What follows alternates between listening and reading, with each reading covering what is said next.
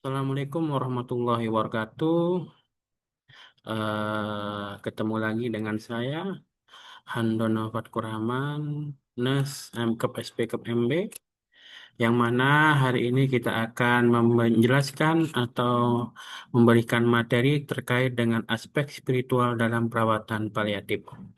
Namun sebelumnya kita mulai, marilah kita membacakan sholawat kepada junjungan kita Nabi Muhammad SAW. Semoga barokah berkahnya bisa mengalir kepada kita semua dengan membaca sholawat nariyah.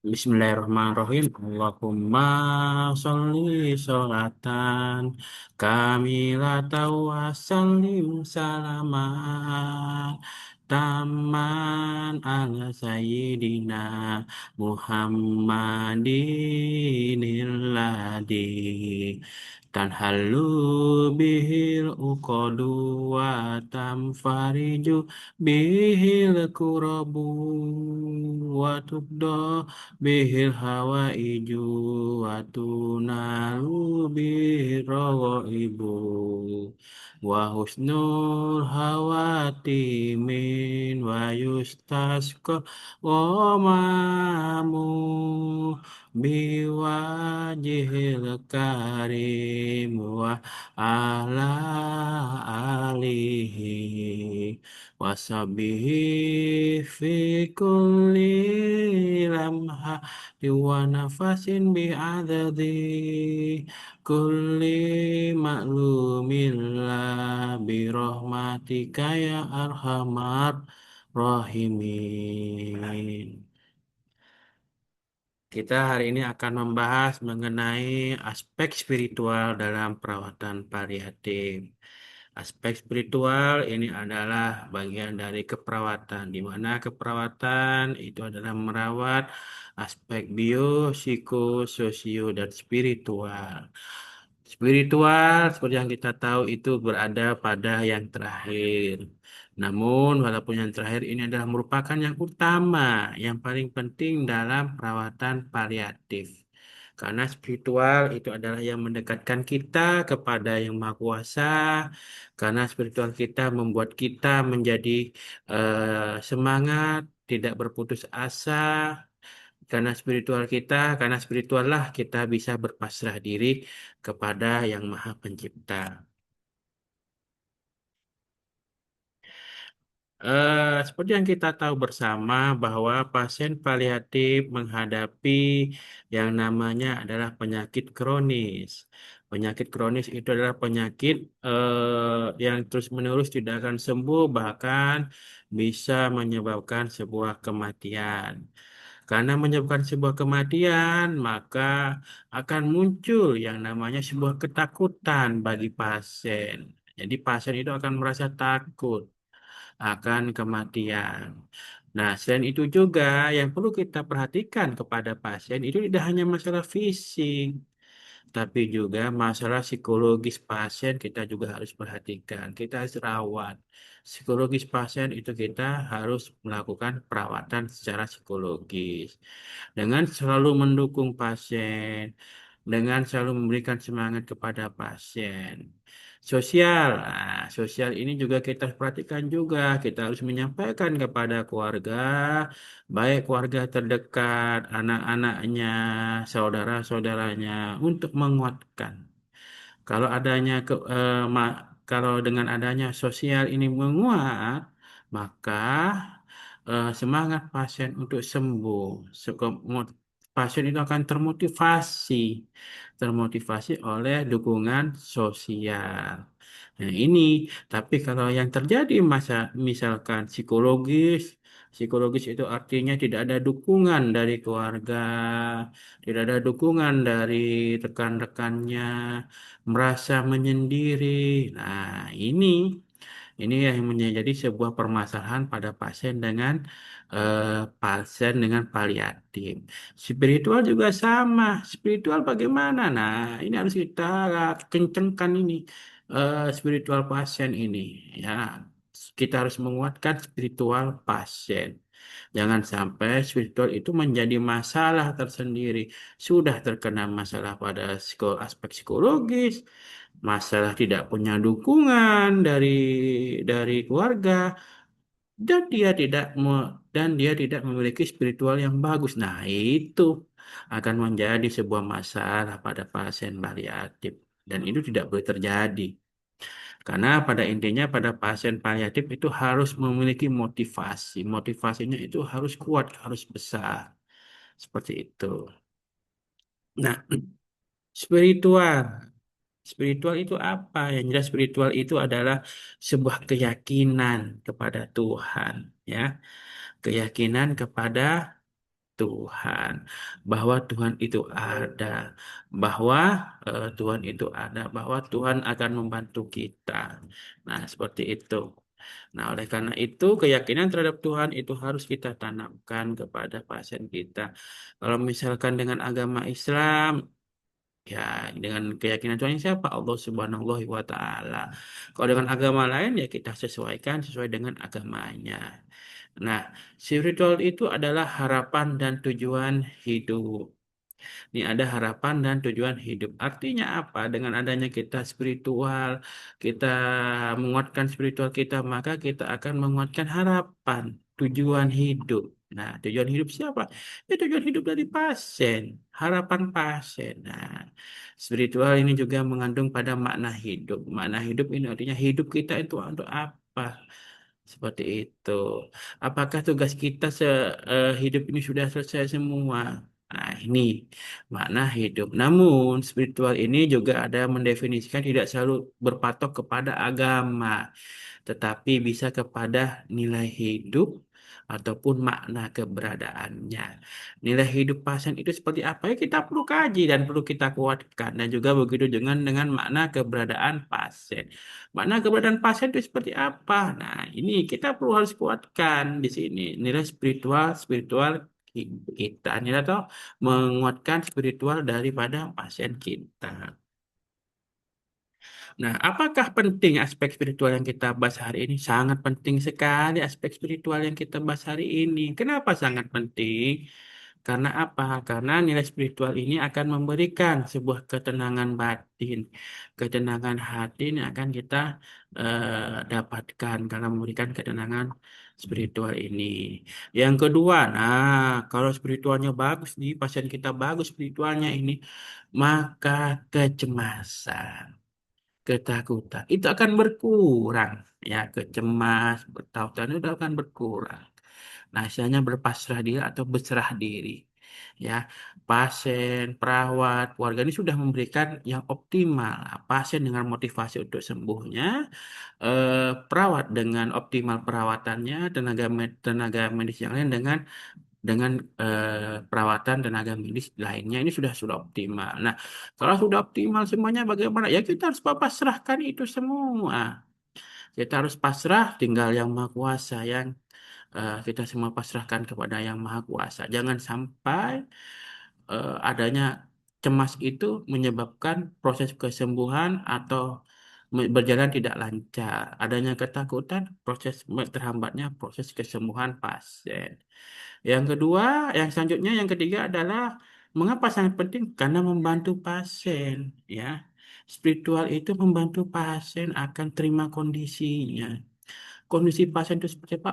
Akan terbantu ini, membantu pasien untuk menerima kondisinya. Itu yang paling penting dalam aspek spiritual. Nah, dan yang keempat adalah meningkatkan kualitas hidup pasien. Kalau pasien kita kualitas hidupnya bagus, ya dengan cara apa ya? Dengan kita tingkatkan dengan aspek spiritualnya, aspek spiritual pasien. Nah, apa kira-kira kebutuhan spiritual pasien? Pasien ini membutuhkan kebutuhan spiritual yang seperti apa? Yang jelas, pasien paliatif sering membutuhkan yang namanya adalah kedekatan dengan Tuhan, ya. Kedekatan dengan Tuhan.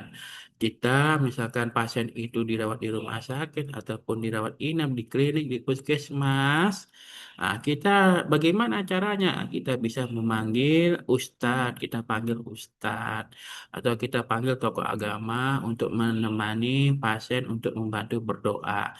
Nah, di sini titik poinnya, adik-adik sekalian.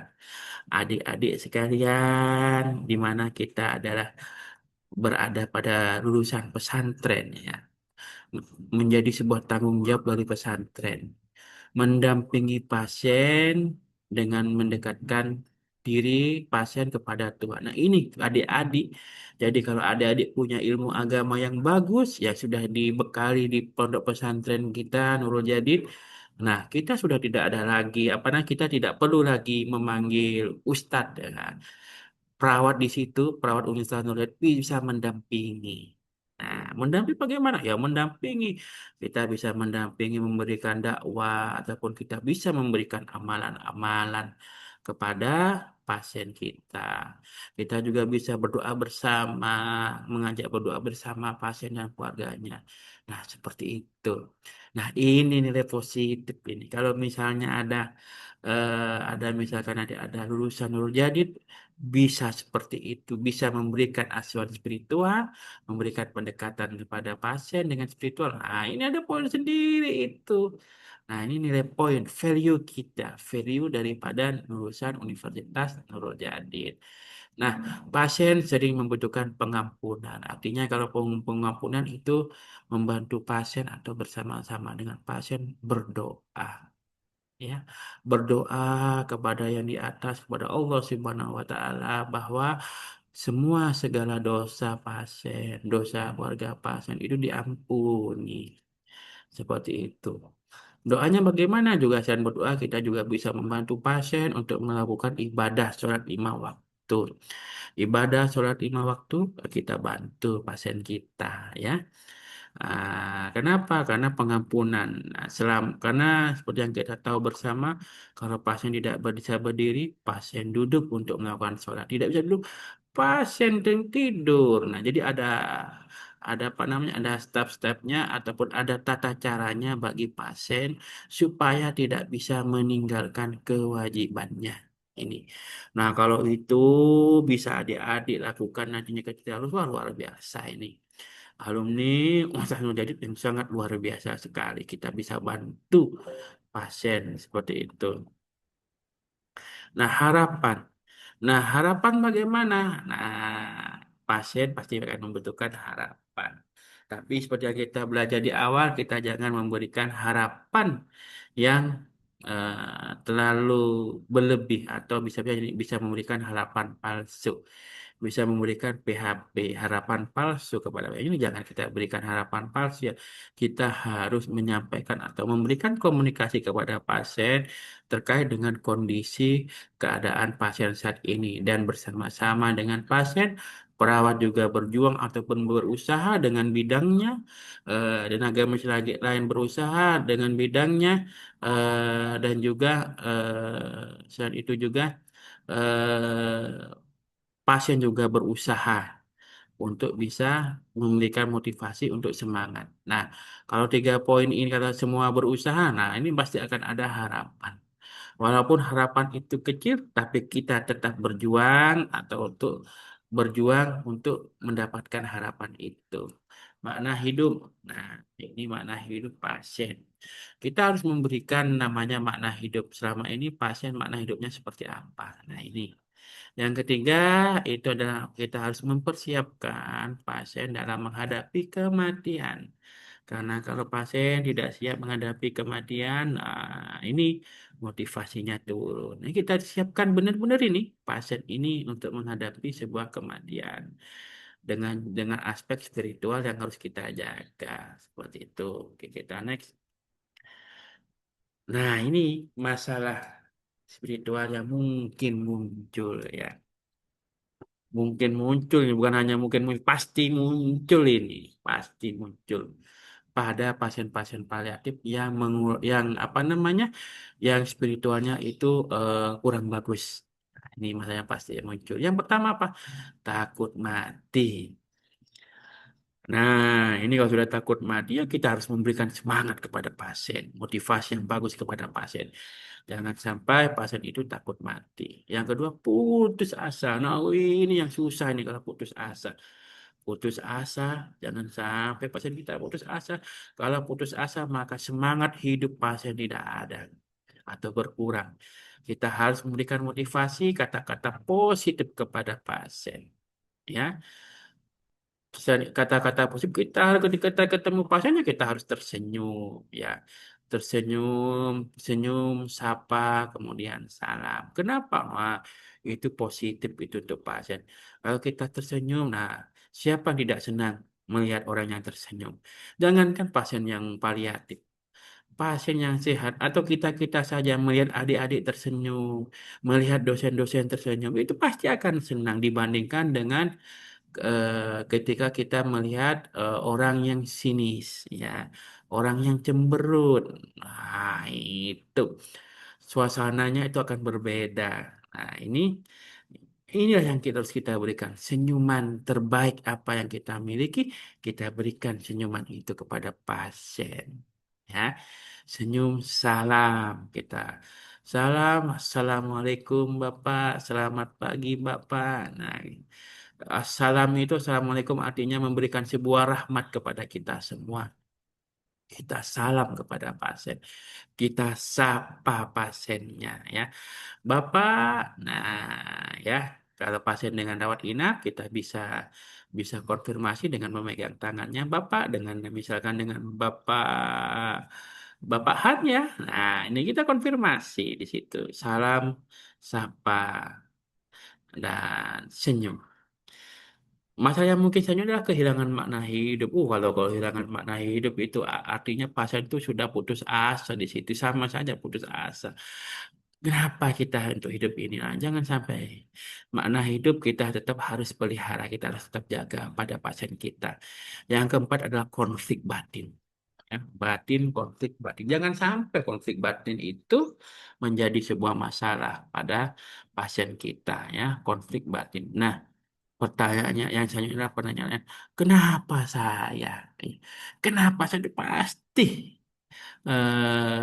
terjadi itu pada pasien-pasien yang tidak memiliki spiritual yang bagus. Kenapa saya? Kenapa kok bukan dia? Kenapa saya? Kenapa kok bukan kamu? Nah, ini pertanyaan-pertanyaan ini.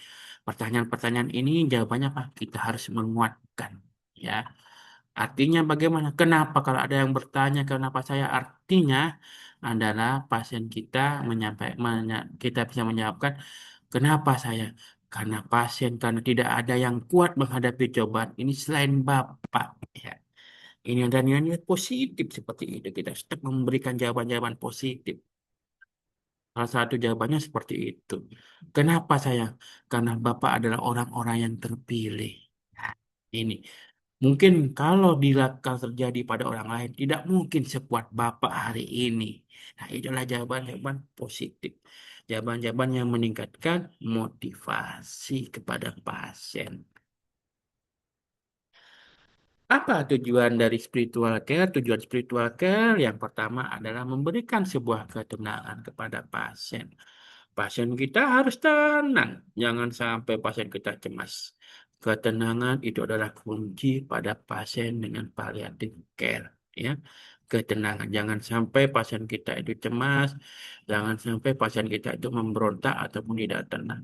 Wah, kalau sudah terjadi pasien yang tidak tenang, wah ini ya, kita harus bagaimana caranya, bagaimana kita melakukan pengkajiannya supaya pasien kita itu tenang, membantu pasien menerima kondisi, ya. Pasien itu harus menerima kondisinya. Seburuk-buruknya kondisi pasien, bagaimana cara kita mengkomunikasikan kepada pasien. Mengkomunikasikan kepada pasien, komunikasi yang paliatif, yang terapeutik, supaya pasien bisa menerima, ya. Kita berkomunikasi bisa dari hati ke hati, bisa dari mata ke mata, supaya pasien itu bisa menerima akan kondisinya. Ya, ketika pasien sudah menerima kondisinya, kita juga harus menjaga martabat pasien. Ya, jangan sampai Pasien sudah terima, tapi kita downkan, kita turunkan dengan tidak menjaga martabat pasien. Jangan. Ya, kita harus tetap menjaga martabat pasien. Apapun kondisi pasien kita tetap harus menjaga martabatnya. Kemudian tujuannya itu adalah mendampingi hingga akhir kehidupan. Ya.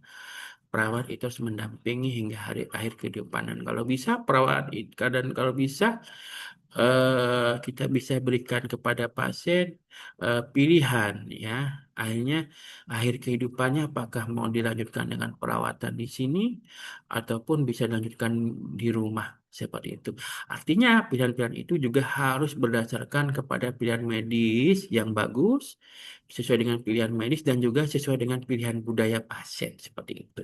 Nah, itu kita harus sampaikan semuanya. Itulah tujuan daripada spiritual care. Perawat memberikan spiritual care. Peran-peran bagaimana? Ini peran-peran bagaimana sebagai caregiver, pemberi pelayanan asuhan keperawatan, caregiver. Asuhan keperawatan dari mana? Dari pengkajian, dari menegakkan diagnosa, sampai kepada menuliskan rencana keperawatan, membuat target keluaran, sampai kepada memberikan intervensi, memberikan implementasi kepada pasien yang sudah direncanakan, sampai kepada evaluasi. Evaluasi nggak berhasil, kita kaji kembali, kita evaluasi kembali, kita kaji kembali, kita buat diagnosa kembali. Kenapa kok evaluasi tidak berhasil? Ini caregiver. Yang kedua adalah sebagai konselor kepada pasien. Konselor sederhana. Kita bisa memberikan konseling kepada pasien. Yang ketiga adalah kita bisa memberikan fasilitator. Fasilitator spiritual. Kalau adik-adik bisa memberikan spiritual fasilitator, ya adik-adik sendiri yang tangani, perawat sendiri yang tangani.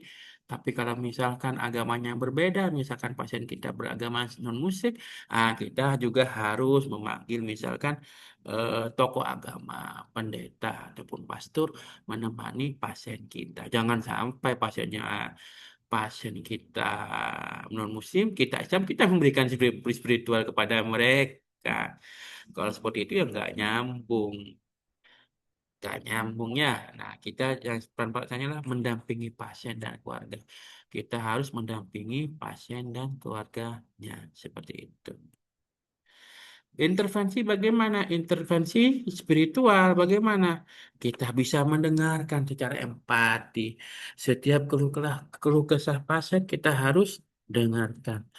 Seperti itu. Kenapa harus kita dengarkan? Ya, kita harus dengarkan ini karena terkadang pasien itu butuh untuk didengar. Yang kedua adalah memberikan dukungan sosial. Dukungan sosial kepada pasien kita. Gitu ya. Kemudian saya memberikan dukungan sosial, kita bisa memfasilitasi ibadah. Ya. Pada pasien, kita harus fasilitasi. Kita harus bantu ataupun kita harus mengajarkan kepada pasien.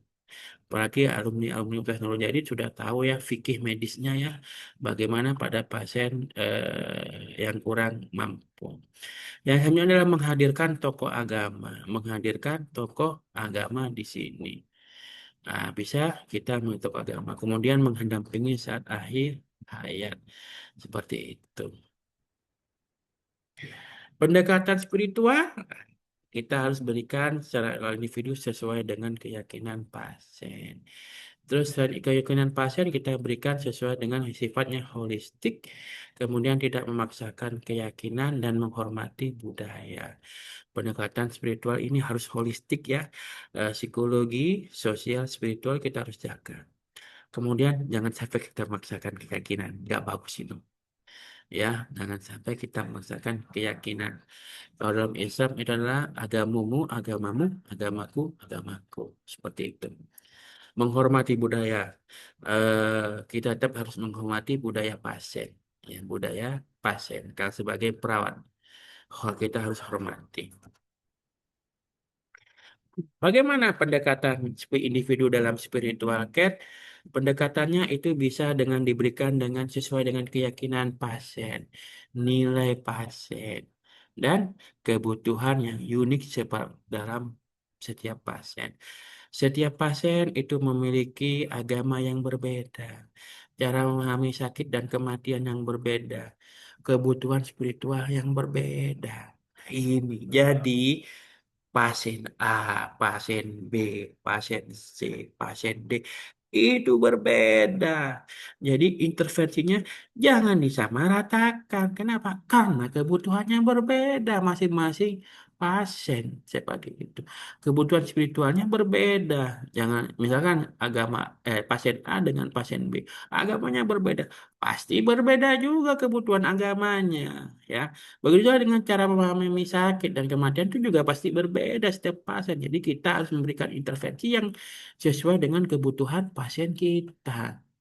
Kemudian yang ketiga adalah contoh implementasi pada pasien muslim, misalkan ingin mendengar Al-Quran. Nah, kita bisa apa namanya? Bisa ingin mendengar Al-Quran, kita bisa setelkan atau kita bisa menyampaikan kepada keluarga untuk diberikan apa namanya HP yang di situ ada suara murotal Qurannya. Ingin diarahkan kiblat, nah kalau kita pasien mau sholat, ya kita sampaikan arahkan kiblatnya di sebelah mana. Kita arahkan baik itu pasien yang sholatnya duduk ataupun dengan tidur. Nah, syukur-syukur atau yang pasti yang diwajibkan ini oleh alumni Nurul Jadid ini, alumni Pondok Pesantren Al atau alumni Unuja harus tahu nih bagaimana cara-cara sholat pada pasien yang kebutuhan total, perawatan total, total care ini seperti apa. Ini harus tahu nih cara apa namanya tata cara sholat dengan misalnya dengan cara tidur, ataupun dengan cara duduk, ataupun dan sebagainya. Ini harus perawat memfasilitasi. Nah, kalau pada implementasi pada pasien non-muslim ingin didoakan sesuai dengan agamanya, ingin bertemu dengan pemuka agama. Nah, ini perawat itu harus menghormati dan membantu pasien seperti itu. Nah, kemudian contoh Pak implementasi pada pasien yang tidak religius, ini yang tidak punya agama ini ya, yang tidak religius, tidak ingin ibadah ataupun punya agama tapi dia tidak religius, tidak mematuhi larangannya seperti itu. Tidak seperti tidak ingin ibadah, lebih butuh mana hidup dan dukungan sosial, ya perawat memberikan petugasnya perawat apa? Perawat itu hanya mendengarkan saja dan memberikan dukungan psikologi saja kalau pada pasien yang tidak religius. Artinya dalam hal ini perawat tidak boleh menyalahkan pasien. Misalkan namanya, terus siapa sih kamu tidak beragama? Jangan sampai kuat seperti itu ya kata-kata seperti jangan sampai. Walaupun pasien itu tidak beragama ataupun tidak religius, ya kita tetap menghormati pasien, kita tetap menghormati pilihan pasien, kita tetap memberikan dukungan support psikologis kepada pasien. Oke. Pendekatan individu dalam spiritual care yang lainnya, misalkan perawatan yang melihat pasien secara utuh tidak hanya aspek fisik, tapi juga psikologi, sosial, dan spiritualnya kita juga harus perhatikan. Perawat itu harus melihat pasien kita itu secara utuh, tidak hanya fokus pada penyakitnya. Nah, mengintegrasikan semua aspek dalam asuhan. Itu tugasnya perawat, integrasi semua aspek. Contoh kasus, pada pasien kanker terminal, nyeri hebat, nyerinya hebat fisik, takut meninggal, psikologis, khawatir akan keluarganya, sosial, ingin lebih dekat dengan Tuhan, spiritual. Bagaimana? Nah, kalau nyeri hebat ya kita berikan obat nyeri analgesik, intinya terapi farmakologi dan juga terapi non farmakologi kalau memungkinkan. Jadi non farmako dan non farmakologi kalau memungkinkan. Kalau psikologi ya kita berikan dukungan emosional kepada pasien kita. Kemudian kalau khawatir akan keluarga ya kita libatkan keluarga selama dan selama dalam masa perawatan kita harus libatkan keluarga ya seperti itu. Kemudian selain itu kita harus memfasilitasi ibadah pasien. Kemudian tidak memaksakan keyakinan dalam spiritual care. Perawat tidak boleh memaksakan agama, nilai atau pandangan pribadi kepada pasien. Nggak boleh itu. Ya, nggak boleh. Dalam perawatan paliatif, pasien memiliki namanya keyakinan sendiri, cara sendiri dalam menghadapi sakit dan kematian. Nah, tugasnya perawat itu apa? Menghormati pilihan pasien, mendukung pasien, bukan mengarahkan sesuai keyakinan pribadi, bukan ya. Jadi yang jelaskan ya adik-adik, Dalam melakukan pengajian kita harus kaji dulu kepada pasien. Sebelumnya kita harus kaji dulu agamanya apa, bagaimana ke apa namanya spiritualnya pasien itu. Itu kita harus kaji dulu supaya apa? Supaya dalam memberikan intervensi sesuai, tidak berlebihan ataupun tidak memaksa seperti itu. Jika perawat memaksa keyakinan, maka akibatnya apa? Pasien itu akan tidak nyaman. Siapa yang coba di sini? Siapa yang suka dipaksa-paksa? Pasti nggak ada. Ya, pasien bisa merasa tidak nyaman. Adanya kepercayaannya itu hilang. Ya, kepercayaan pasien kepada perawat itu hilang. Kalau kepercayaannya hilang itu maka semua intervensi itu tidak ada guna. Tidak ada guna karena sudah hilang kepercayaan dan juga mengganggu hubungan terapeutik. Sebaliknya, jika pasien dihormati, maka pasien akan merasa dihargai, akan lebih tenang, lebih siap menghadapi akhir kehidupan. Jadi perawat itu harus apa? Harus netral secara profesional, mengutamakan kebutuhan pasien, mengikuti nilai pasien, bukan nilai pribadi. Menghormati budaya dalam spiritual care. Perawat menghargai nilai, tradisi, kebiasaan, dan cara pandang pasien dan keluarganya dalam menghadapi sakit dan kematian. Setiap pasien berasal dari latar belakang budaya yang berbeda, misalnya cara memahami penyakit, cara mengambil keputusan, cara menghadapi kematian ritual ataupun tradisi tertentu. Dalam paliatif, budaya sangat mempengaruhi sikap pasien terhadap pengobatan, keputusan medis, kebutuhan di akhir kehidupan. Jika budaya tidak dihormati, maka pasien merasa tidak dihargai. Warga bisa menolak perawatan, terjadi konflik dengan tenaga kesehatan. Nah, sudah konflik ini ya semua rencana-rencana kita nggak akan berhasil. Seperti itu. Intinya jangan sampai terjadi konflik antara tenaga kesehatan dengan pasien. Jika budaya dihormati, hubungan terapeutik akan lebih kuat. Pasien akan merasa lebih nyaman, perawatan juga akan lebih bermakna. Contoh implementasi bagaimana? Budaya keluarga dominan, maka keputusan diambil oleh keluarga bukan pasien. Artinya, perawat melibatkan keluarga dalam diskusi. Ya, dalam diskusi tentang perawatannya. Ritual menjelang kematian, doa bersama. Kehadiran keluarganya itu sangat besar. Perawat memfasilitasi selama tidak mengganggu perawatan. Ya, doa bersama itu bisa kita doa bersama kita bisa sampaikan ke keluarga pasien mungkin di rumahnya kita bisa berdoa bersama di sini itu ataupun pada keluarga yang menunggu di ruang rawat inap atau di ruangan kita bisa mengajak doa bersama keluarga dengan pasiennya atau bisa doa bersama kita perawat juga bisa berdoa bersama-sama dengan keluarga pasien dengan pasien pada pasien untuk kesembuhan pasien.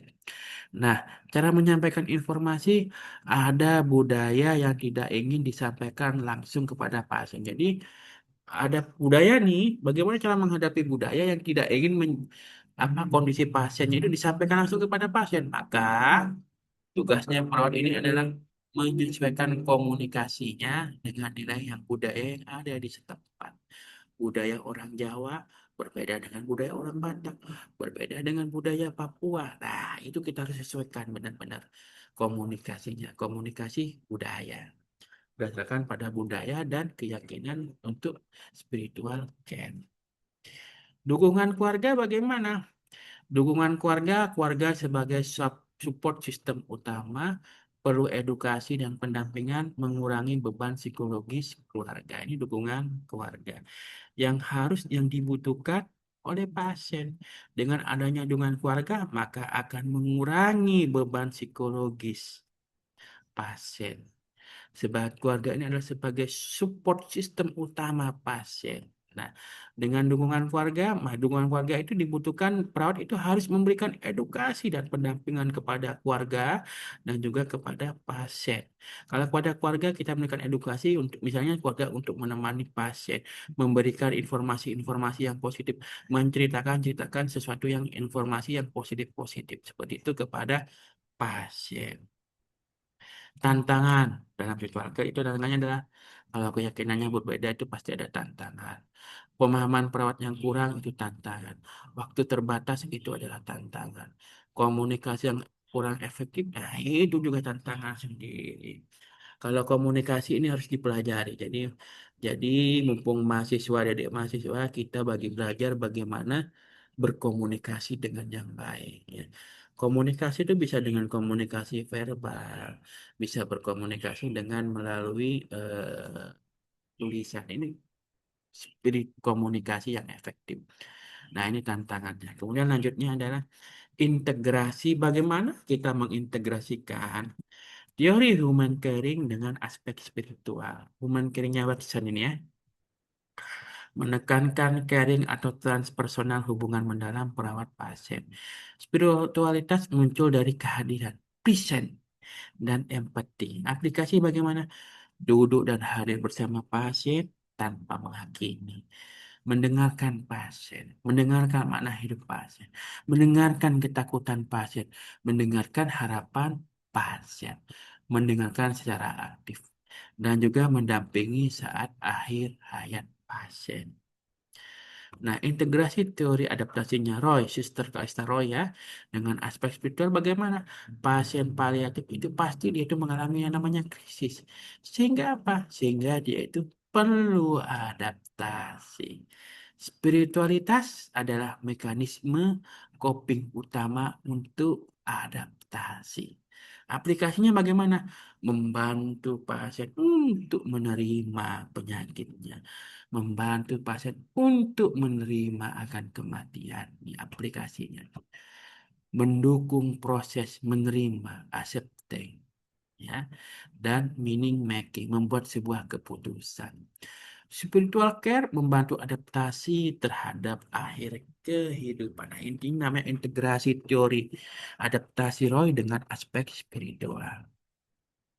Integrasi teori transkultural Leninger, nah, dengan aspek spiritual itu seperti apa? Spiritualitas pasti dipengaruhi yang namanya budaya, ya. Seperti yang kita tahu bahwa walaupun agamanya Islam, ya, walaupun agamanya Islam, ada namanya itu budaya, ya. Budayanya itu berbeda walaupun sama-sama Islam. Misalkan orang Sumatera Barat, orang Padang dengan orang Madura, walaupun sama-sama Islam, ya, tapi budayanya itu berbeda. Ya, pasti budaya itu akan mempengaruhi yang namanya spiritualitas. Ya, seperti itu. Ah, perawatan harus sensitif akan budaya. Aplikasinya bagaimana? Menyesuaikan praktik spiritual dengan budaya pasien. Dua, tidak memaksakan keyakinan. Ketiga, menghormati ritual akhir hayat pasien. Jadi, bagaimana kita mendampingi pasien sampai akhir hayatnya. Seperti yang kita tahu dalam sebuah surat Quran surat Al-Rod ayat 28, alladzina eh, alladzina amanu wa tatmainnu qulubuhum bi dzikrillah ala bi dzikrahi tatmainnul qulub, yang artinya orang-orang yang beriman dan hati mereka menjadi tentram dengan mengingat Allah. Ingatlah, hanya dengan mengingat Allah hati menjadi tentram.